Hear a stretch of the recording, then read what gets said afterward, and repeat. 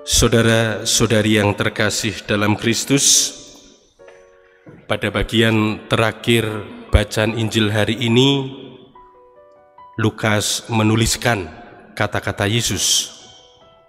Hari ini telah terjadi keselamatan kepada seisi rumah ini, karena orang ini pun anak Abraham. Sebab Putra Manusia datang untuk mencari dan menyelamatkan yang hilang. Ungkapan yang hilang mengingatkan kita kepada kisah ada 3 hal yang hilang dalam kitab suci. Ada kisah tentang dirham yang hilang, domba yang hilang, dan anak yang hilang. Saudara-saudari yang terkasih dalam Kristus, ketika mengatakan ada sesuatu yang hilang, berarti ada situasi yang menjadi milik itu sekarang tidak lengkap. Misalnya saya memiliki 10 roti, hilang 1, diambil kameramen misalnya, itu kan ya, diambil yang pegang kamera.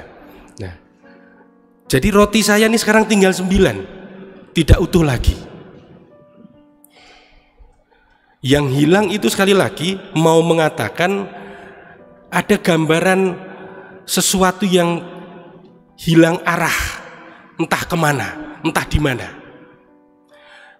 Bahkan dalam konteks kehidupan manusia, ungkapan yang hilang itu mempunyai makna juga orang yang ada di dalam bahaya.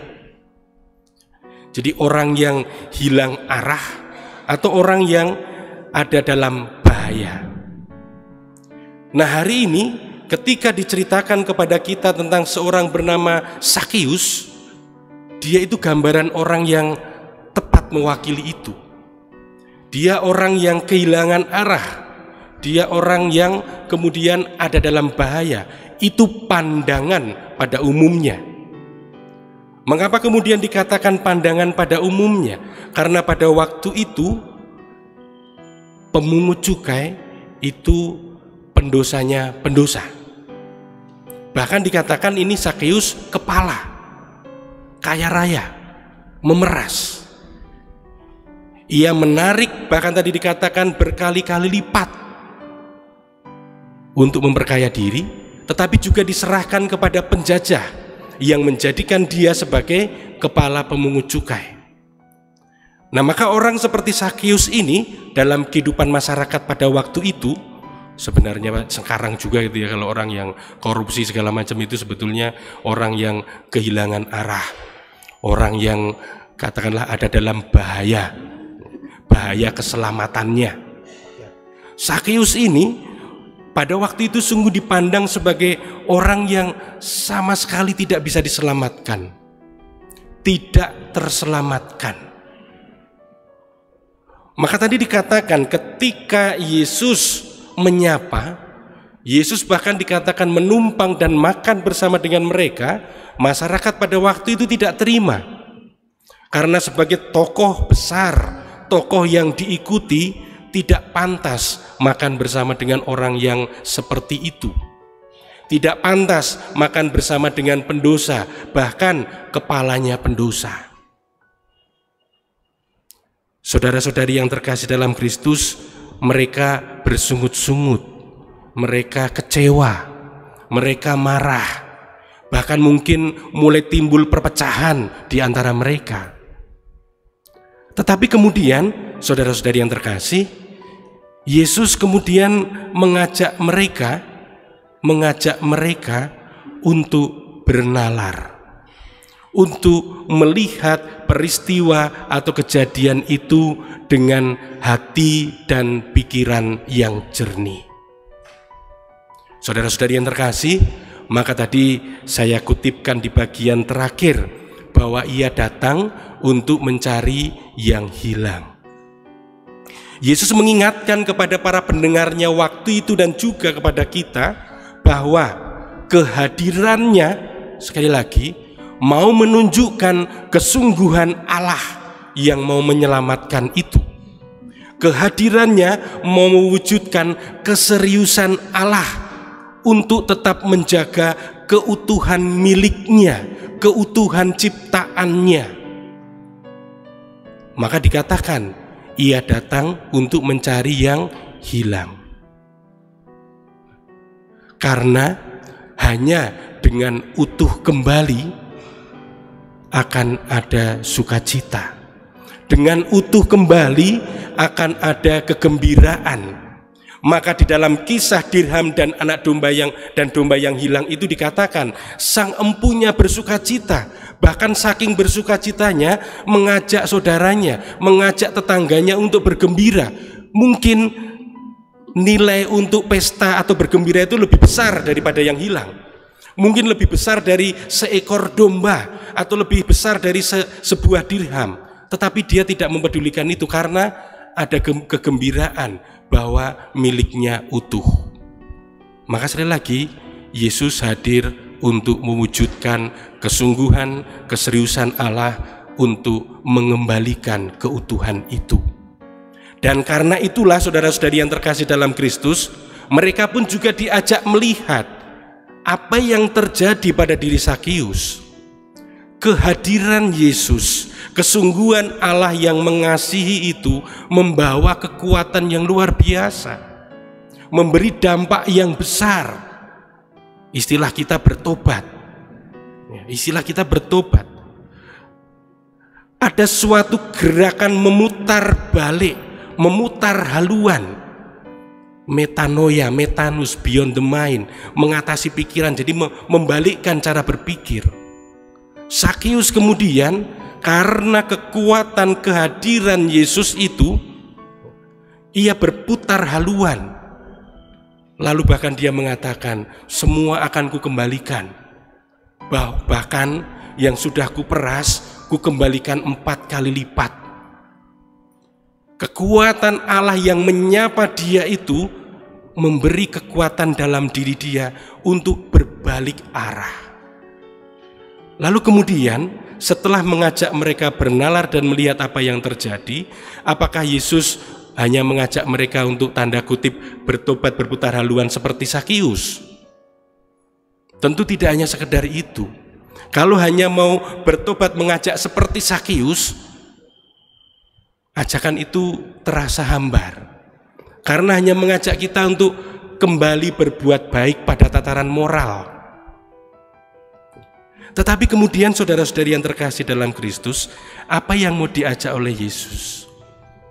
Orang-orang pada saat itu dan mungkin kita pun yang mendengarkan sabda pada hari ini juga diajak bernalar. Jangan-jangan kita pun juga menjadi seperti orang banyak yang gampang menuduh orang lain, yang gampang mencurigai orang lain, yang gampang menghakimi orang lain. Jangan-jangan kita seperti orang banyak yang punya ukuran kesalehan sendiri, bahwa saleh itu berarti ini, berarti itu, dan tidak mampu menerima hal lain yang mungkin lebih baik. Maka dalam hal ini, saudara-saudari yang terkasih, apa yang disampaikan Yesus pada bagian terakhir itu juga untuk kita. Hari ini terjadi keselamatan di rumah ini karena mereka ini pun anak Abraham. Kita hari ini juga diselamatkan karena kita juga anak Abraham. Kita diselamatkan dari apa? Kita diselamatkan dari pikiran kita sendiri yang mempunyai ukuran-ukuran kesalehan. Kita diselamatkan dari pikiran kita sendiri tentang sesama kita. Kita diselamatkan dari pikiran-pikiran kita sendiri tentang Allah dan sebagainya. Bahwa ketika kita kecewa, kita kehilangan Allah itu. Ketika kita marah, kita seakan tidak mampu menangkap bahwa Allah itu tetap ada. Nah, itu pikiran-pikiran kita tentang Allah. Maka sekali lagi hari ini saudara-saudari yang terkasih, seperti tadi di pengantar saya sampaikan, bisa jadi kita seperti orang banyak yang gampang menghakimi sesama kita. Ada kekecewaan juga mungkin dalam hidup kita karena kesulitan, tantangan, beban dan sebagainya. Ada kekecewaan, ada kemarahan, ada keretakan, ada perpecahan dan sebagainya. Itulah situasi hidup kita.